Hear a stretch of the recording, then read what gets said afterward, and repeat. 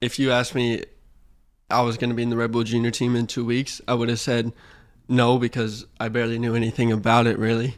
And then basically in 2019, I was racing in Mexican F4 and doing a bit of USF 2000 in the road to Indy. And quite late in the year, I think it was around October, November, we received an email from Helmut, and he said he wanted to meet me in Mexico City. So I'm from Houston, so it's only an hour flight to Mexico City. So we flew to Mexico City, met Helmut at a hotel bar, and basically he told me then that he wanted to see me in a car, and he wanted to see me at a test. So.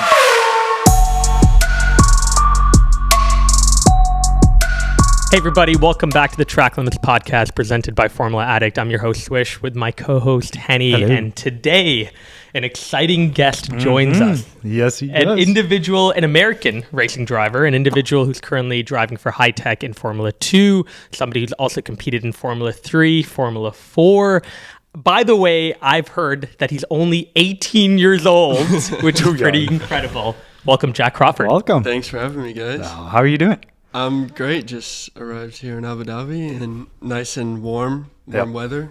And excited to be out of the cold. No jet lag? Back racing. No jet lag yet. I slept a little bit on the plane. So I think that was actually a bad thing because I wasn't very tired last night. Yeah. So we'll see. Yeah. Well, we were popping sleeping pills last night just to fall asleep. We were on your flight, which was very hilarious, coming through customs. I'm like, there is Jak. Let's do the podcast right there at the airport. Right in customs. Right? Yeah. I'm sure they like it. Yeah. Oh, God. Well, Jak, we break up our podcast into three sections. Q1, all racing related. Q2, kind of diving into you as a person. And then Q3, the rapid fire round. Okay. Where we're just going to pepper you with a bunch of questions. Sounds good. Ready to get into Q1? I'm ready. All right, here we go. So looking back now at the 2023 season, how have things gone in your eyes? It's been tricky. I think it's been really competitive as well, the whole field. I think we started a bit slow as a team, and having a rookie teammate as well, Isaac. We're trying to learn off each other, but we're both very new to the series, and although the car's not too different from F3 to F2, there is a lot of specific things like tire warm up and race pace and pit stops, stuff like that, starts that you have to adapt to and get used to. So I think it's been pretty good the second half of the year. We definitely figured some stuff out with the car and we made improvements. So I think we did a really good job. Obviously, second half of the year I got a pole, feature race podium. Earlier in the year I had some sprint race podiums. So it hasn't been a bad season. Yep. But at the end of the day, I'm sitting now 13th in the championship going into Abu Dhabi. Mm-hmm. Hopefully I can get to 11th. Yeah. But, it feels like I've done a bit better than that, but it's just so competitive that, everyone's having good weekends there. Yeah. And what does your day-to-day look like for you right now? Is this like, I know you're traveling, but there's been, 4 or 5 weeks of being off? What is that? Even more for me. I haven't been in the car since Monza. I haven't been in any car since Monza. I mean, the only driving I've done is from the hotel to here and a bit at home driving in my car. So that's the only kind of driving I've done. Yeah. And, I've done a lot of sim. We've also been doing a lot of negotiating for next year with teams and stuff. So it has been busy, although, it was I just miss racing a lot, and now I'm here and I can feel it's starting to come back. Nice. So that's good. Anything you can tell us about next year? Oh, exclusive? Not yet. Damn it! It may be though. It will already be announced on Monday, so the podcast probably won't even come out. Yeah. So perfect. You guys see it on the 27th, I believe, of November. Which is Monday. Is that Monday? Yeah. Maybe that is or Sunday. November 27th. It is Monday. Yeah. Let's just go with Monday. Let's go with Monday. Yeah. Monday after race weekend will be announced. Okay. So, I'm excited. Well, this podcast will drop somewhere in January. So, I mean, if you say now, we can embargo it until then. Sure. I guess I can say it. Yeah, I'll be racing for Dams next year. Nice. Which one? Yeah. We're going to be teammates, All-American at DAMS. So Yeah. that'll be exciting. Oh, that's epic. Let's go. Congrats, Oh, man. yeah, That's thanks. That's amazing. And then in terms of, I mean, there's so much to unpack within, your career thus far. Obviously, one of the things you did, I think back in 2020, you joined the Red Bull Junior program. Yep. So for those watching, like walk us through how does that happen? And then what are the benefits of joining a program like that for your development? Yeah, it happened really quick. So within the 2 weeks, I had gone from, like, if you asked me I was going to be in the Red Bull Junior team in 2 weeks, I would have said no because I barely knew anything about it, really. Yeah. And then basically in 2019, I was racing in Mexican F4 and doing a bit of USF 2000 in the Road to Indy. And quite late in the year, I think it was around October, November, we received an email from Helmut, and he said he wanted to meet me in Mexico City. So I'm from Houston, so it's only an hour flight to Mexico City. So we flew to Mexico City, met Helmut at a hotel bar, and basically he told me then that he wanted to see me in a car, and he wanted to see me at a test. So then I actually had a school trip planned to Australia with my friends, and I had to cancel that, which was a shame because I'd never been to Australia then. But Boys never forgot. it was. I got my redemption this year when I went to Australia. So, Nice. So then basically a week later, I was on a plane to England. I was on the Red Bull Sim for a day, and then I flew to the Netherlands for a day on the sim with VAR, and then I did a test at the Red Bull Ring. There were two current Red Bull juniors. So at the time, Johnny Edgar and Harry Thompson, who I think Harry Thompson was just stepping up from karting, and then Johnny was going into his second season of F4 as a Red Bull junior. So I guess it was kind of like a competition, and I performed well at that test, and basically my dad was there, and apparently after the first morning, Helmut had already offered the contract, and my dad didn't tell me. And he told me at the end of the first day that he had offered, and I was like, so where is it? Did we sign it yet? And he was like, no, we're not yet. We're gonna look through it. I was like, freaking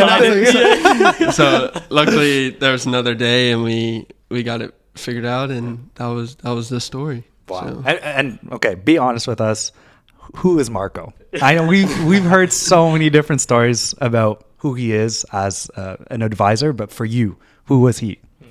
He was a very interesting character. He is very straight to the point. Yep. He's very honest, and sometimes very bluntly honest, just telling it literally how it is. So yeah, he's an interesting guy, but he does, when he puts faith in drivers, he does put a lot of faith in that, those certain few drivers. Yeah. All right. And then you decided recently, actually, to leave the program. Yeah. Do you want to talk a little bit about kind of what went into your mind deciding whether or not to leave, stay? Yeah, it was a tricky situation for us because at the moment, there isn't really anywhere to go in the Red Bull stable, and I think I was, me and my people were a bit unhappy how there were so many Red Bull guys that just got thrown in. Of course, I still had a bit more better treatment because I'd been there for longer. I was still,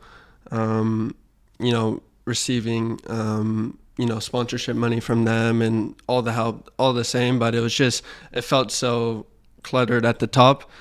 And I think, going into next year is such a crucial year for my future. If I do well, I could have a chance to make it in Formula One. And I think, having the option to go, having the option for teams to approach us and go anywhere I want is a better approach. Yeah. So you wouldn't join another team or academy? Maybe, we'll see. Okay. We're going to get a lot of breaking news out of this episode. Yeah, exclusive.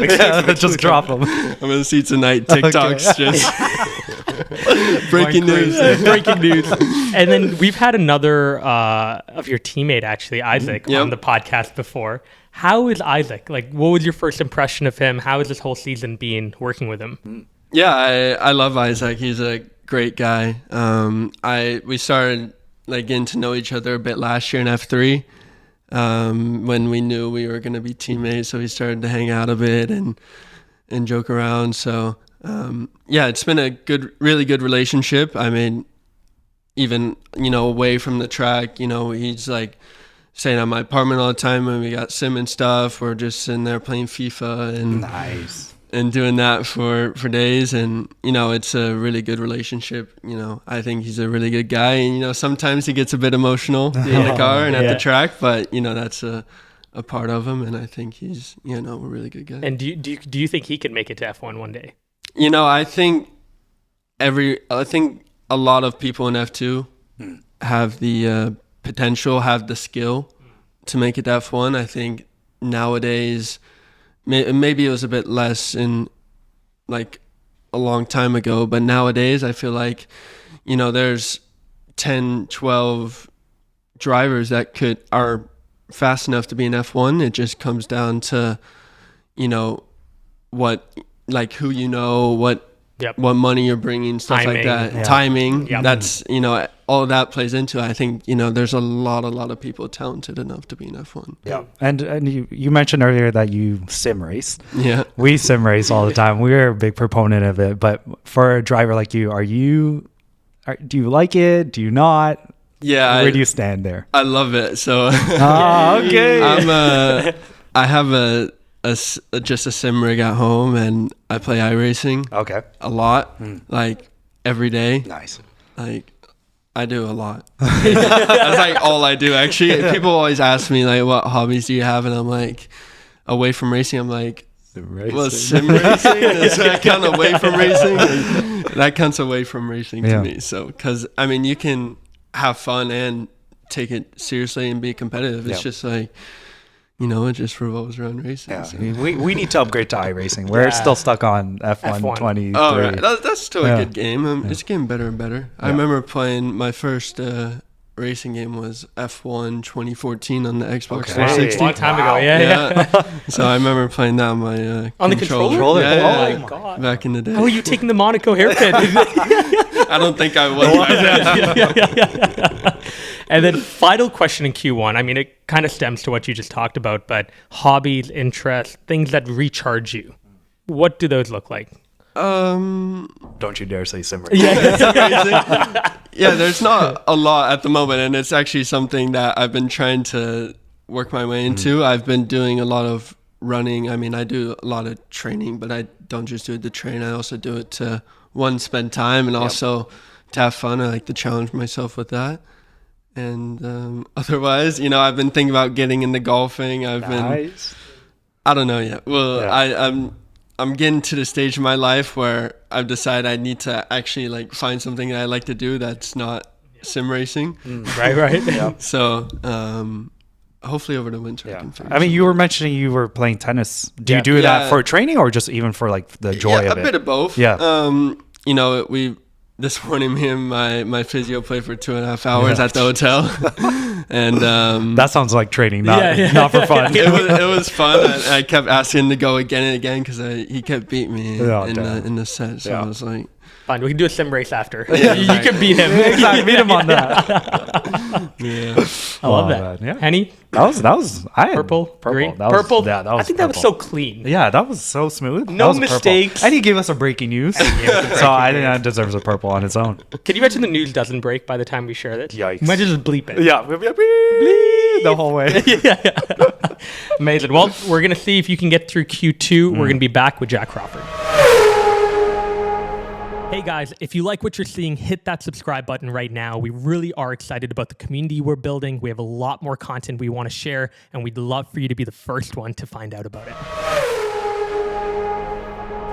Hey everybody, welcome back to the Track Limits podcast. We're here with Jak Crawford. He had a purple Q1. Jak, have you ever gotten a purple Q1, like Sector 1? Yeah, I have. Yeah, you have.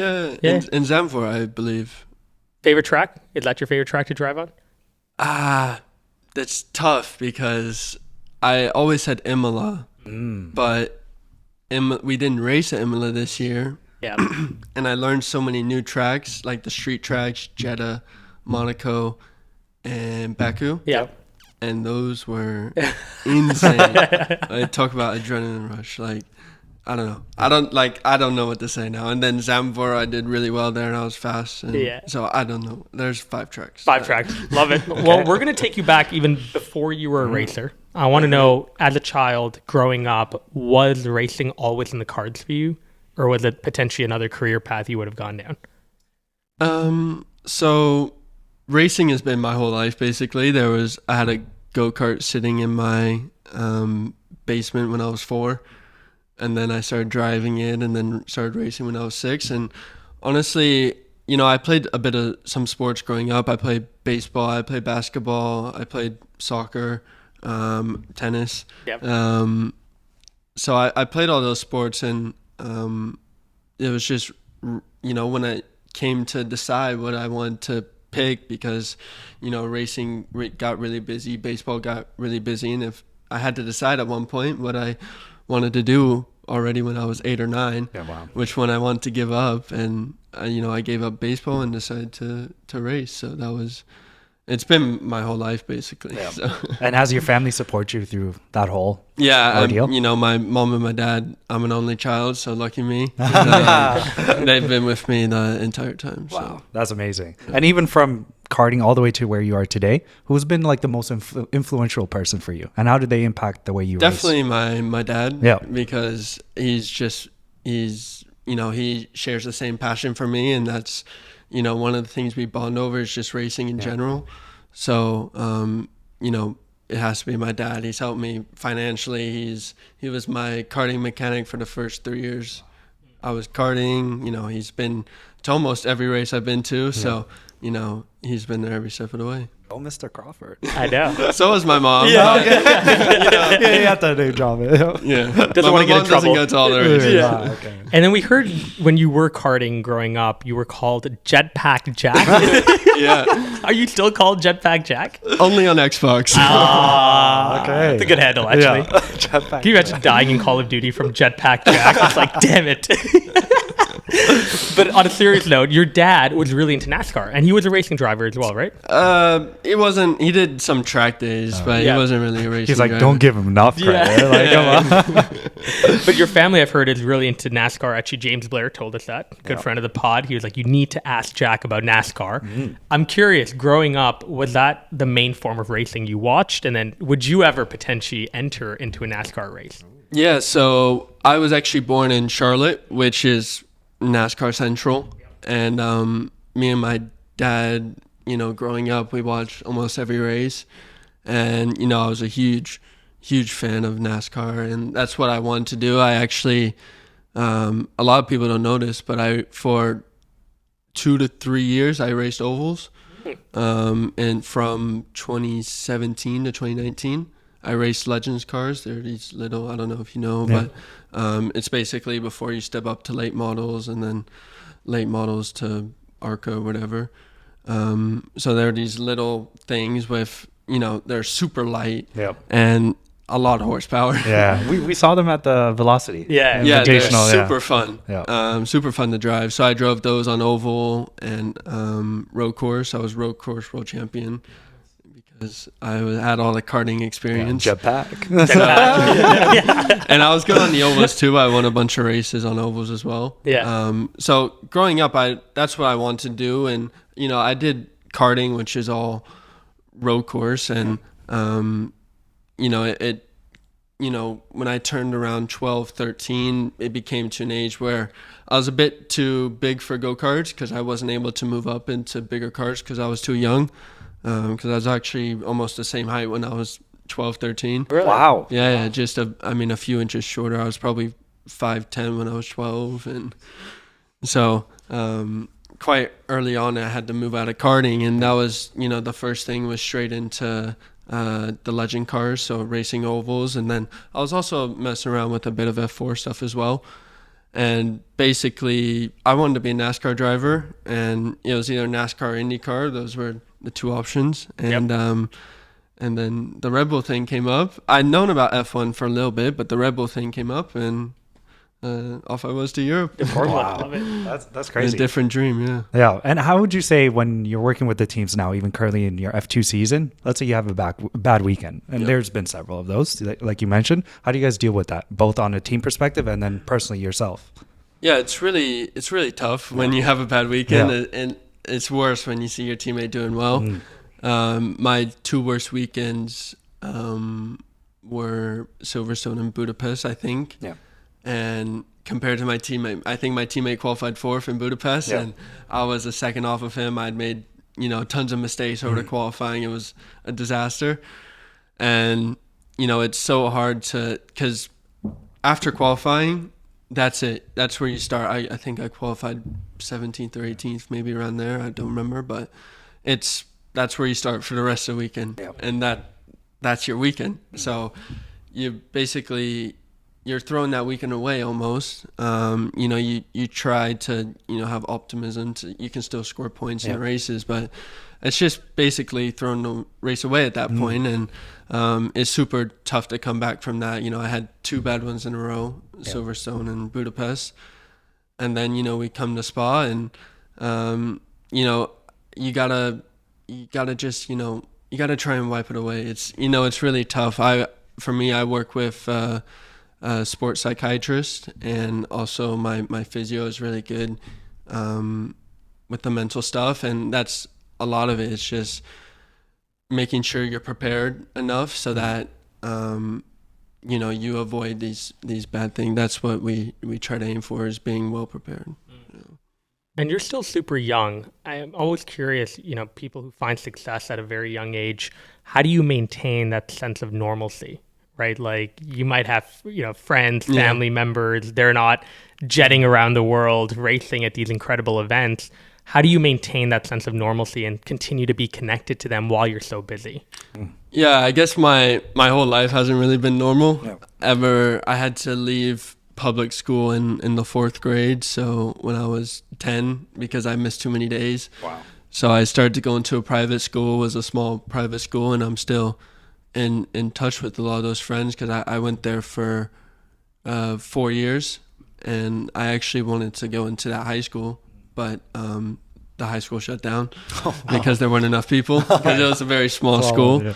So I have a small group of friends that I'm still in touch with back at home in Texas, but other than that, it's never really been normal. My last year of school, I was in Europe for half of it, racing in karts. So, at the end of the day, it's never really been normal. And then stopped going to school at 13. I did online school for 3 years, and then I graduated at the beginning of last year. So I actually graduated a year and a half early. So that was good.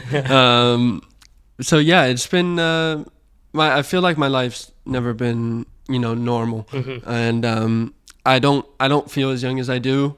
I don't feel 18 years old. I feel like now, like all the people I went to school with are just now going to college. They're just starting off living on their own, and I've been on my own since 2020, basically. 2021, where I've just been moving around places, and now ever since mid last year, I've had my own apartment. I have my own car in Milton Keynes, so I'm just by myself since then. Obviously visiting family and stuff, of course, but I feel like I'm living a normal life. Obviously, I don't have an income or anything yet, so that's a bit boring. You don't need to have everything there now. Come on now. But I mean, all the people I race against are a bit older, even.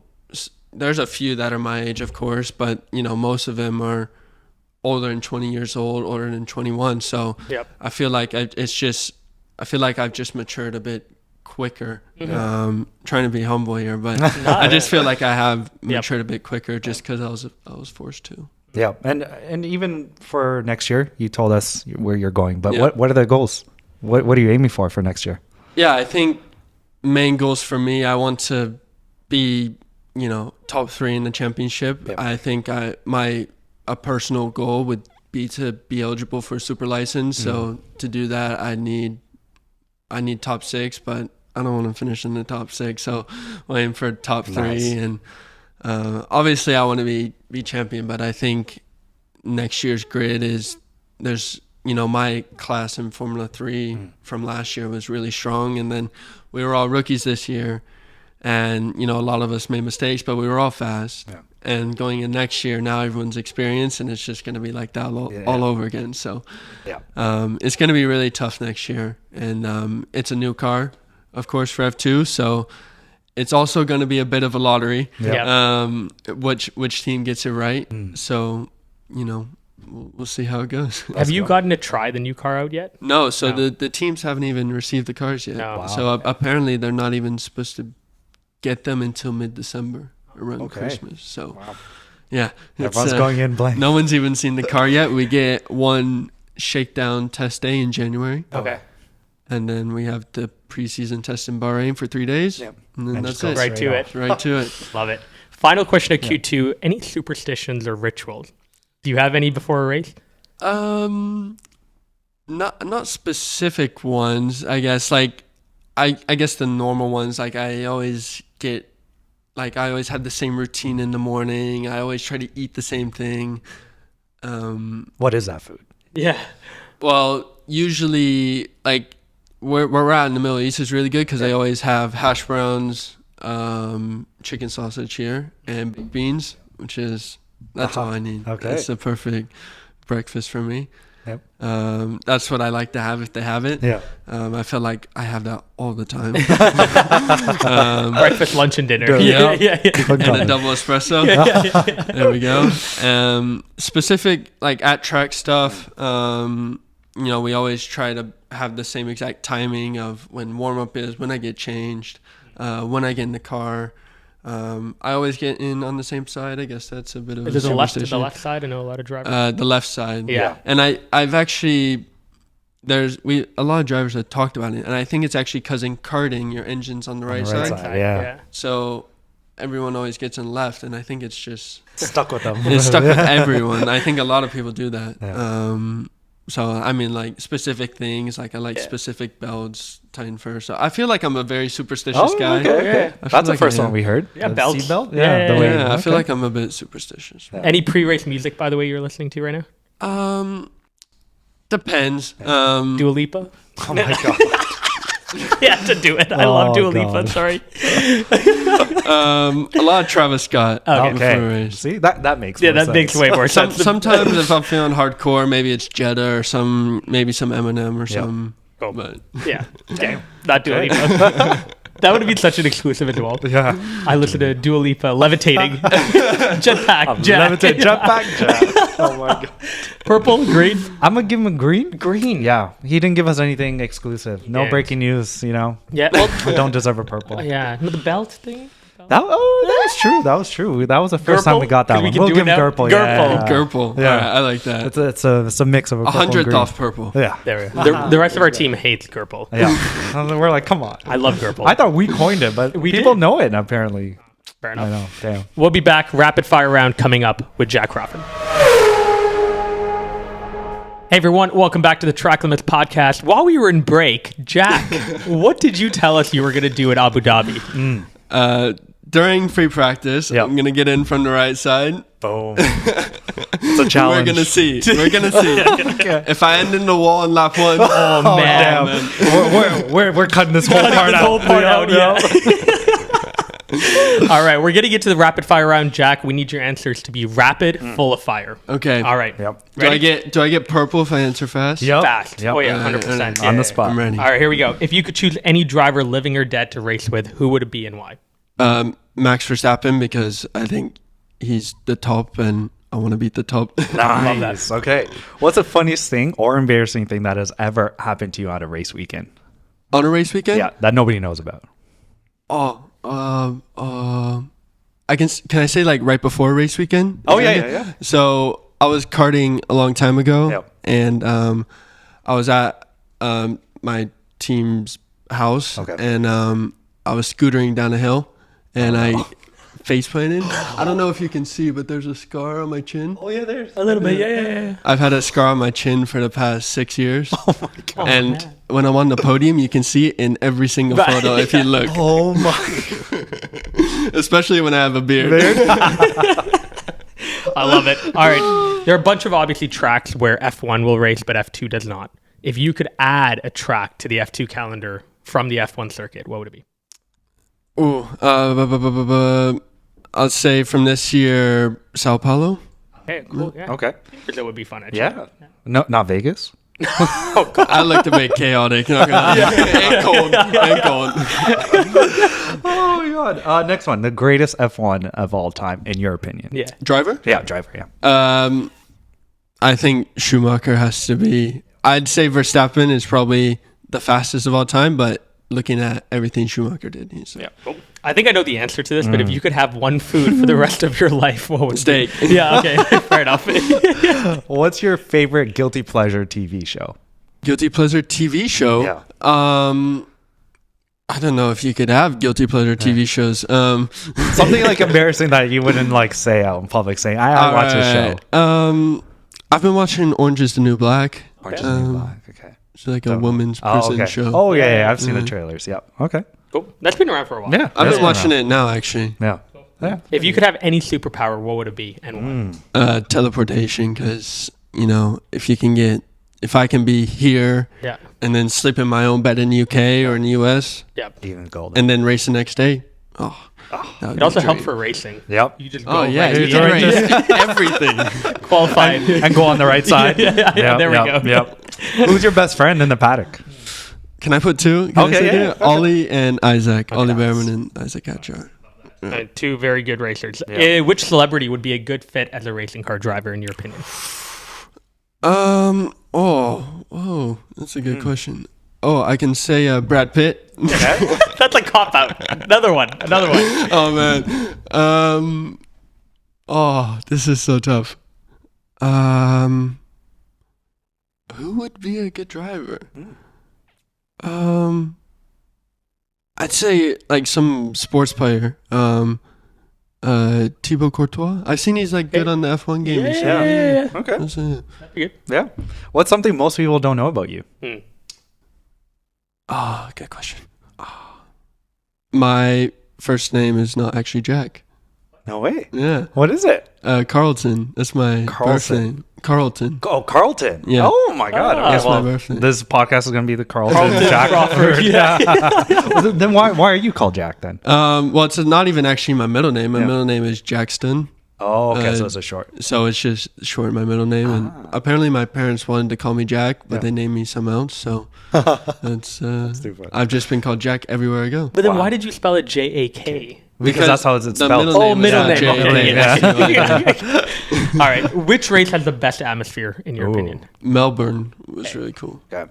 If you had to choose another sport, what sport would that be? Baseball. What's your favorite team, by the way, in baseball? Houston Astros. Oh, okay, fair Of enough. course. Sorry. My bad. Everyone hates on me when they say that. The team So. that cheated? Yeah. Yeah. Everyone hates on me when I. Okay. What piece of racing memorabilia would you like to own or currently own that you're like, wow? I would like to own a very old Formula One car and it be in use so I can drive whenever I want. Also with the engine, everything intact. yeah. Okay. Yep. Okay.